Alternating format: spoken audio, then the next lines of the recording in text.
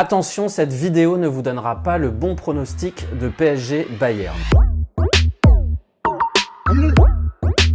Le football est souvent surprenant, surtout quand il s'agit du Paris Saint-Germain et du Bayern Munich qui s'affrontent ce soir en quart de finale retour de la Ligue des Champions. La victoire 3-2 d'un PSG archi-dominé la semaine dernière en Allemagne en est le parfait exemple. Avant de vous raconter une petite histoire plutôt sympa, l'air de rien, un chiffre, 6 comme les 6 victoires parisiennes lors des 10 confrontations entre les deux clubs.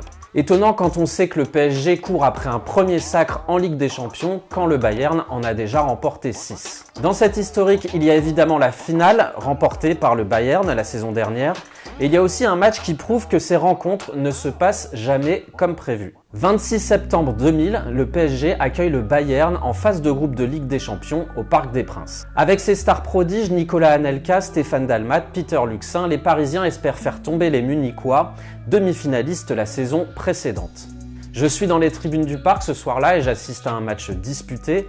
Anelka bute sur Oliver Kahn, Mehmet Scholl ne trouve pas l'inspiration, un 0-0 se dessine.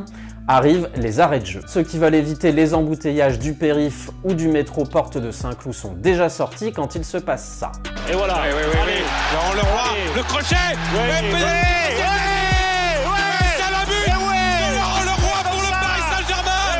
Dans les arrêts de jeu du match, le Paris Saint-Germain qui peut-être ce soir va se qualifier pour le deuxième tour. Cette victoire du PSG et les tremblements du parc sont donc venus de Laurent Leroy, attaquant assez anonyme, entré en jeu 10 minutes avant au milieu des stars. Ce PSG Bayern est aussi intéressant à la lecture de ce qui a suivi pour les deux clubs. Quelques semaines plus tard, le PSG tombe dans une série de défaites. Luis Fernandez est rappelé sur le banc et recrute notamment un défenseur qui va devenir l'entraîneur actuel du Paris Saint-Germain, Mauricio Pochettino.